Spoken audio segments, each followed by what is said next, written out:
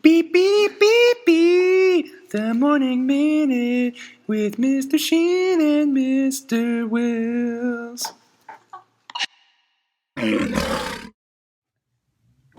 Hi, Oh, hello everyone. welcome. So I'm Mr. Wills. This is Mr. Sheehan, and you're here for a special APS production. So today we're here to talk about addressing the stress. So we've been talking about it for the past couple of weeks now, and today what we're going to do is actually give you some practical information. We're going to talk about actually what happens in our brain when we get stressed, and actually how to overcome that. So, to get this whole party started, we're going to watch a video by a YouTube vlogger named Josh Sunquest. Here goes nothing. What's up, YouTube? So I recently read a study where they looked at the amount of stress that people experienced in their life, and they found that teenagers reported experiencing a significantly greater degree of severe stress than did adults. And a lot of adults questioned this study because they said, how could teenagers experience more stress than us? Because they don't have any financial responsibilities and they have their whole life in front of them. But to me, this study made a lot of sense because yes, although teenagers might experience less financial responsibility than do adults, one of the major factors of stress for human beings is the degree of control that they feel over their lives. And if you look at teenagers versus the rest of their lives as adults, being a teenager is the time in your life when you will experience the least amount of control over your life. Let's look at the 5 biggest decisions of your life and how as a teenager you have almost no control over any of them. Number 1, you have very little control over who you hang out with because those things are largely determined by where you live and what school you go to. And you might have parents who try to outlaw you from hanging out with certain groups of people. For example, maybe you want to date a Capulet, but your parents are super Montague and they're all like, I'm not going to let you date that person except I'm going to talk in iambic pentameter and you're not going to understand any of the things I'm saying to you. Number 2, you can't control who you live with because this is generally based on who your parents marry and how many babies they have. I mean, unless your parents are coming to you like, hey, do you think we should have more babies? In which case you're probably like, whoa, way too much information and do not want to be involved in this discussion at all. Number 3, what you do with your time. As a teenager, you are required by law to be in school for certain hours per day, and then your teachers give you homework that you have no control over how much there is, and then your favorite YouTube creators create content and you must watch it, and if you're into daily vloggers, then you get behind after a couple days of doing homework, and then you're like, oh my gosh, I've got hours of YouTube to catch up on. Number 4, where you go. And the little free time that you do have, you have limited options as to where you go during that time because of the big 3 C's. Number 1, the curfew that your parents or city establishes for you. Number 2, the city that you live in doesn't have public transportation options for you as a teenager for getting around. And number 3, related to that, is the car that you may or may not have access to, or whether you are even old enough to have a driver's license. Number 5, where you live. This can be really tough, especially if you live in a small town where there's just not a lot of stuff to do. Or maybe you want to find a boyfriend or girlfriend, but there's only like 10 potential people you could date at your school and they're already dating someone. And so you have to decide between being single or dating your cousin. So those are some of the reasons that I think that being a teenager is in fact very stressful. It is extremely simple to solve all of these problems. All you have to do is wait a couple of years and there is a 100% chance that you will no longer be a teenager. Thanks, Josh. So that video, we were talking all about kind of the loss of control that's part of being a teenager. But you know, that's really not that really inspiring when we think about it. If you really just like are getting through the day-to-day, it's not that fun.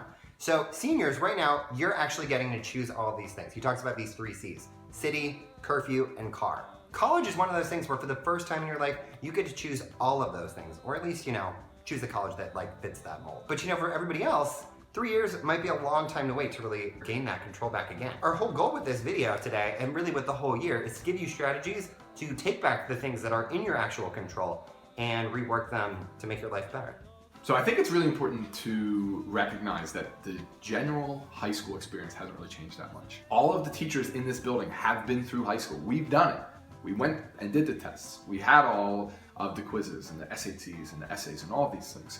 But it's really essential to understand that the conditions surrounding a high school experience now are drastically different. So what do you think the biggest change in the high school experience is between like when we were in high school and like what our students have today? Social media, number 1. What a part of social media do you think changes, or how the social media do you think change the high school experience? I think really what we're talking about here with social media is that you're kind of required to be a part of social media now. It's not like you can just check your email and those sorts of things. It's like you're in all of these different networks all the time. Right. And everybody else is on them all of the time. Right, and there's so many of them. Let's think about it. I have an Instagram account, I have a Twitter, I have a Facebook. Don't forget LinkedIn. LinkedIn. One of the areas I can control is my social media, right? I am in complete control of that. But it's like this dual-edged sword.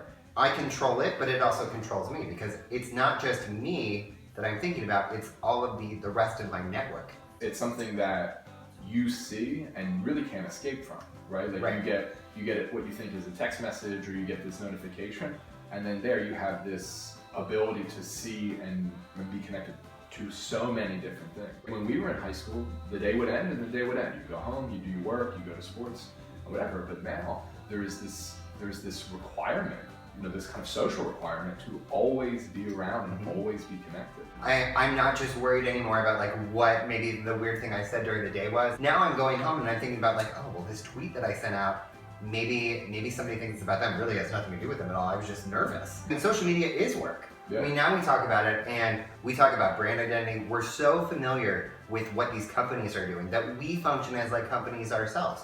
I have to think about like, well, I took this picture. Does it really fit the image that I want to portray of myself? If I post that on Instagram and don't put the right filter on it, it might not make sense for me anymore. What I think that all of my followers are like thinking that I should be posting. I'm not only just working at school, but I'm working at cultivating this like perfect idea of what my identity should be like. At a time also where I'm really just supposed to be figuring out who I am. So one of the things we've been talking about is the idea of maximizing your education. I think a lot has changed, since when we graduated and what has happened in the pressures in high school. I'm now thinking, what am I going to do after I graduate? Right. I either have to go to grad school, I have to get a job, because I'm going to have this enormous loan, or this enormous amount of money has just been spent on me. Yeah. And I have to maximize that opportunity to become something, maybe not that I want, but what I'm supposed to be. After the financial crisis of 2008, this idea of like getting the most bang for your buck in terms of like where you're going to go to school and how much it's going to cost and what kind of job am I going to get? These are kinds of the questions that, at least in my high school experience, like were not really part of the rhetoric or part of the decisions or the decision-making process behind like, where am I going to attend school? I went to a school because I liked it. I went and studied the things that I wanted to study because I liked it. And let's be honest here, we have 2 degrees that are like kind of ridiculous. Yeah, but it was because I followed a passion, I followed an interest. And that is becoming less and less feasible and less like possible now. And I think that has a trickle-down effect too, because it's like, I'm thinking about this in college, but I also am now doing all of these things to get me into that college. Right. When I asked that question, okay, why do you gotta put yourself in these positions now so I can get into a good college? Right. Okay, then what happens? Okay, I gotta get a good job. Then what happens? I need to be able to make all of this money so I can ultimately, the end of the day always is so I can be happy. Right. And I think that we postpone our own joy or postpone our own happiness as something that goes well off into the future. I think that that's a really, like, it's just like really not that good. To do some things in your life presently to like not postpone joy and happiness, but to like experience it in the moment. Right. Is going to be an enormous way to battle stress. Yeah. Because if I'm only living for this expectation of the next thing, I'm not paying attention to what needs to happen right now. Whew. Mr. Wills and I have been talking a lot. So we're going to take a quick breather, and we're going to send you over to our friend and author, Kelly McGonigal, and take a look at her TED Talk. I have a confession to make. But first, I want you to make a little confession to me. In the past year, I want you to just raise your hand if you've experienced relatively little stress. Anyone? How about a moderate amount of stress? Who's experienced a lot of stress? Yeah, me too. But that is not my confession. My confession is this. I am a health psychologist, and my mission is to help people be happier and healthier. But I fear that something I've been teaching for the last 10 years is doing more harm than good. And it has to do with stress. For years, I've been telling people stress makes you sick. It increases the risk of everything from the common cold to cardiovascular disease. Basically, I've turned stress into the enemy. But I've changed my mind about stress. And today, I want to change yours. Let me start with the study that made me rethink my whole approach to stress. This study tracked 30,000 adults in the United States for 8 years. And they started by asking people, how much stress have you experienced in the last year? They also asked, do you believe that stress is harmful for your health? And then they used public death records to find out who died. Okay, some bad news first. People who experienced a lot of stress in the previous year had a 43% increased risk of dying. But that was only true for the people who also believed that stress is harmful for your health. People who experienced a lot of stress but did not view stress as harmful were no more likely to die. In fact, they had the lowest risk of dying of anyone in the study, including people who had relatively little stress. So this study got me wondering, can changing how you think about stress make you healthier? And here the science says yes. When you change your mind about stress, you can change your body's response to stress. Thanks for the science, Kel.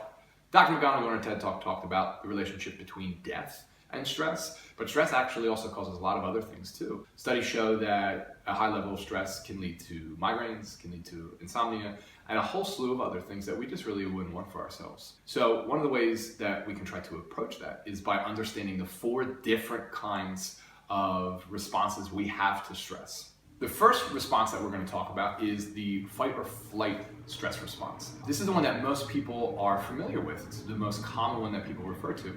However, it's only supposed to be used in life or death situations. Chances are your 4th period test, not a life or death situation. So in the fight or flight response, our body does all sorts of things to get us ready for either the fight or the flight. We have an increased blood flow, so we can have oxygen moving to all of our muscles so we can run or fight better. Our pituitary gland sends out adrenaline and sends out other hormones to kind of get us ready for this fight or this flight. And the body responds to that. Okay, we get sweaty, our pupils dilate. We get this kind of nervous energy that requires us to move and to have some sort of physical action. Now, obviously, if you find yourself in a situation that is life or death, it's really good that your body does all these things. But if this is your only stress responder, it's going to put an enormous amount of pressure on your sympathetic nervous system and can cause all sorts of damage. When a person has a fight or flight response under the pressure to perform, psychologists call this a threat response. Pressure to perform could be that 4th period test or a game later in the day. A threat response is one that primes you more for self-defense than success. During a threat response, your emotions will likely include fear, anger, self-doubt, and shame. Our goal here is to create a mindset shift and take that threat response and turn it into something called a challenge response. Like a fight or flight response, the challenge response gives you energy and helps you perform under pressure. Your heart rate still rises, your adrenaline still spikes, but you become focused, not fearful. The result is increased confidence, enhanced concentration, and peak performance. People are more likely to have a challenge response when they focus on their resources. An easy way to do this is acknowledging your own personal strengths, thinking about how you've prepared for this particular challenge, and remembering times in the past when you overcame similar obstacles. These are all quick mindset shifts that can turn any threat into a challenge. I think if I'm going to go from personal experience, one of the best examples of a challenge response comes from the time that I spent playing football. If you have a really big game at the end of the season, it's going to bring about a lot of nerves and a lot of stress. But if you approach it with a challenge mindset, it's going to give you a better result. Recognize your own strengths. We're in the championship game. We're obviously a very good team, and we're here for a reason. You look at all of the preparation that has put you in that position. We've already done all of the practice. We've already done all the preseason workouts. Again, we're there for a reason. Envisioning different places in the past where you've utilized this. By focusing on those things, you really can maximize your potential. It's going to make you perform better. Okay, 2 responses left. Tend and befriend and defeat. The first one, defeat. It's the one we never want to happen. The defeat response is a biologically hardwired response to repeated threats. Thinking about school, this could be constant homework, multiple tests per week, or even just a genuinely packed schedule. Its main effect is that you withdraw and lose motivation and hope. This response only really kicks in when you feel like you've been beaten by your circumstances. Therefore, we need a counter instinct that kicks in when we start to despair to keep us engaged when things start to seem hopeless. That's the tend and befriend response. The tend and befriend response motivates you to protect the people and the community that you care about. Most importantly, it gives you the courage to do so. This is the response that encourages you to seek support. What happens in this response is that your brain releases the hormone oxytocin. Its primary function is to strengthen social bonds. It enhances your empathy and intuition, and also makes you more brave. The 10 number friend mindset shift happens by focusing on bigger than self goals, supporting others, and choosing to see stress as part of the common human experience. Okay, so for example, one time that I've used the 10 number friend response is I had this lesson last week that just did not go the way that I wanted to. Technology didn't work, my PowerPoint wasn't functioning right. So instead of like actually falling into the defeat response where I could have gone home and just been like, oh my gosh, what did I do today? I could actually go and talk to one of my friends. But here, what I'm not really doing is I'm not just complaining to air my grievances. What I'm actually doing is to look for support and find an empathetic way of interacting with the people around me. All right, as a quick recap, we got 4 different stress responses that we went through today. Fight or flight, really only necessary when you're getting chased by a large animal that wants to eat you. Number 2 would be a challenge response. In a challenge response, you focus on your strengths and some of the things that you have done in the past to help overcome that stressor. 2 more responses. The defeat response, only really used as a last resort. 10 number friend, that's where we... Oh, let me help you out there, Mr. Lewis. Seek the help of others to help overcome our stressors. There we go. So those are our 4 stress responses. Okay, so we're gonna close out our video now with 25 different ways that you can actually reduce your stress in your life. Countdown clock on. 25 different things you could do to de-stress yourself. Number 1, yoga. Number 2, listen to music. Number 3, breathing exercises. Number 4, work out. Number 5, drink a cup of tea. Number 6, pet a dog. 7, call your mom. Number 8, read a book. 9, walk in the park. Number 10, do some yard work. 11, doodle. 12, meditate. 13, pray. 14, take a nap. 15, hug a friend. 16, go on a high-fiving spree. 17, start a gratitude revolution. 18, write about it. 19, throw a dance party. 20, play an instrument. 21, make a sandwich. 22, take a break. 23, get your friends together. 24, go to movies. 25, cook something new. This is just 25 things that you could do to de-stress. Some of them might work for you, some of them might not. But what's important is that you set aside time to relieve your stress.